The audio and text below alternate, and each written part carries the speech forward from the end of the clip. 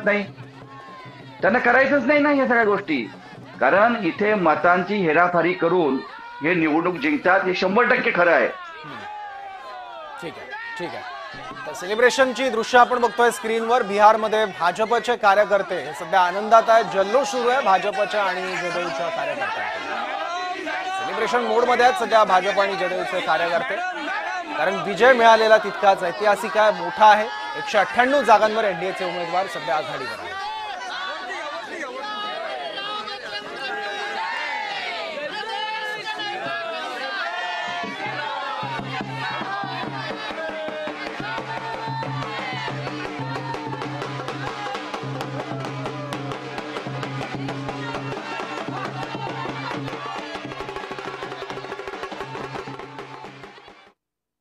बिहारचा आता जो निकाल लागतोय, जी धडक त्यांना मिळते ते जर पाहिलं तर बिहारमध्ये कम्प्लिटली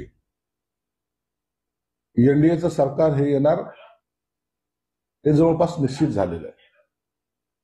बिहारची जनता जी 15-20 वर्षापूर्वी विकास काय असतो हा त्यांच्या मने ध्यानी सुद्धा नव्हता, परंतु नितीश कुमार सारखं नेतृत्व किंवा मोदी साहेबांसारखं नेतृत्व जेव्हा त्या ठिकाणी प्रस्थापित झालं, त्या ठिकाणी आलं आणि त्यांनी ज्या गतीने तो विकास केला, बिहारमध्ये कधीतरी इंडस्ट्रीज जाईल असं कधी स्वप्नातही वाटलं नव्हतं, परंतु बिहारमध्ये ते झालं.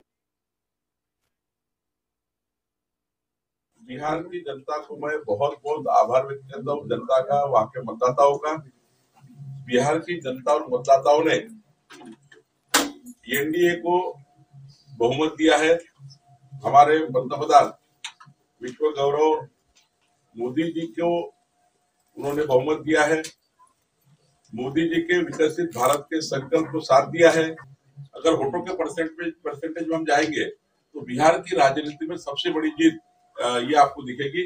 मुझे लगता है भारतीय जनता पार्टी एनडीए मजबूती से देश में आगे आ रहा है और विकसित भारत को आगे लेके जा रहा है.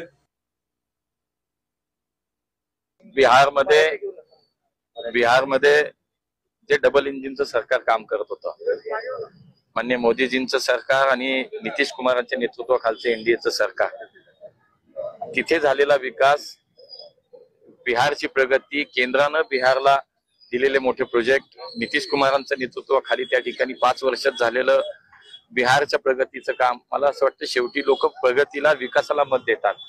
आणि म्हणूनच या डबल इंजिन सरकारला पुन्हा एकदा बिहारच्या जनतेनं विश्वास ठेवलाय आणि पुन्हा एकदा बिहारच्या जनतेची सेवा करण्याची संधी एनडीएच्या सरकारला दिली.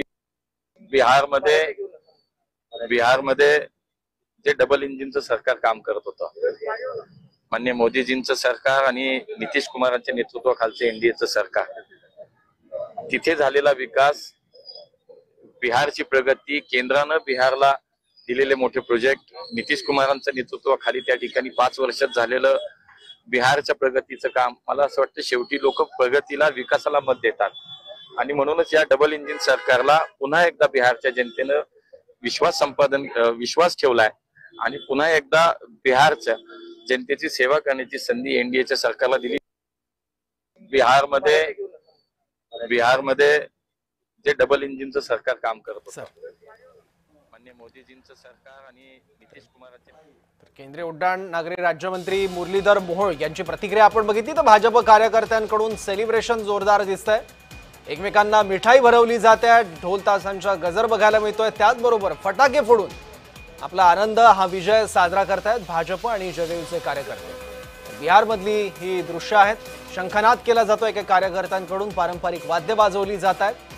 एकूण 243 जागा आहेत बिहार विधानसभेत आणि या संपूर्ण जागांवरचे प्राथमिक कौल आता हाती आलेले आहेत. 198 जागांवर एनडीएच्या उमेदवारांनी आघाडी घेतली आहे, तर केवळ 35 जागांपर्यंत महागठबंधन मर्यादित राहिलं आणि या 35 जागांवर महागठबंधनच्या उमेदवारांची आघाडी आहे.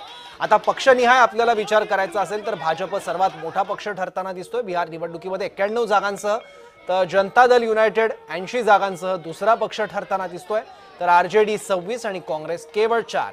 यापूर्वी 19 आमदार काँग्रेसचे होते गेल्या विधानसभेत आणि आता 19 वरून फक्त 4 पर्यंत काँग्रेस मर्यादित झाली.